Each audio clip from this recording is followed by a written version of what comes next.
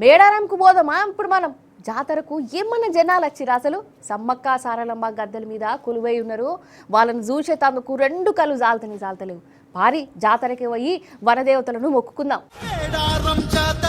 అగో సమ్మక్క సారలమ్మ జాతరల చూడులా మేడారం జనంతోని ఎట్లా కిటకిటలాడుతుందో ఉష్కే పోతే రాలనంత జనం అంటారు చూడు. అగో గిదదే లచ్చల మంది వచ్చిరు. ఇంకా అతనే ఉన్నారు. గద్దెల మీద కొలువైన వనదేవతలను దర్శనం చేసుకుని జనాలు గిట్లా మొక్కులు చెల్లించుకుంటారు. నిలువెత్తు బంగారాన్ని సమర్పించుకుంటారు.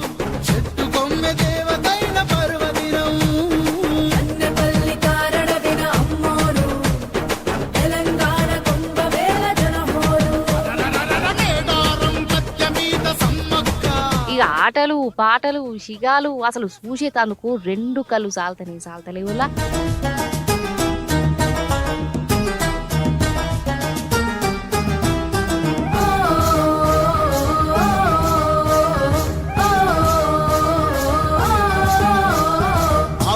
రెండేళ్లకోసారి వచ్చే జాతర ఇది. దేశం 4 దిక్కుల నుంచి కోట్ల మంది వస్తారు. కానీ వచ్చిన భక్తులకు తిప్పలు తప్పుతలేవు. మన సర్కారు సౌలతులు మంచిగా చేయలేదని భక్తులు కోపానికి వస్తారు. అమ్మలను దర్శనం చేసుకునే తందుకు వచ్చిన జనాల మీదకి పోలీసులు లాఠీలు రేపిర్రు. వాళ్ళ మీద లాఠీ చార్జీలు చేసిర్రు.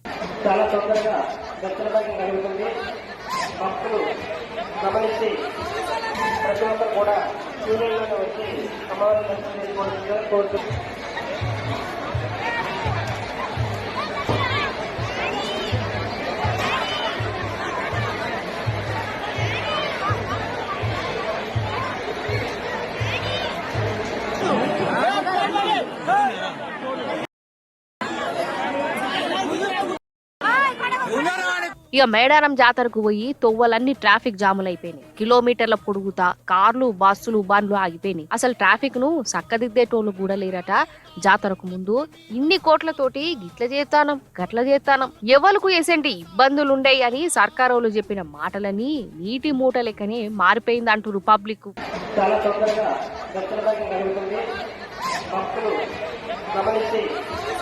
ప్రతి ఒక్కరు కూడా సూర్యులను వచ్చి అమ్మవారిని దర్శనం చేసుకోవాల్సిందిగా కోరుతున్నాను.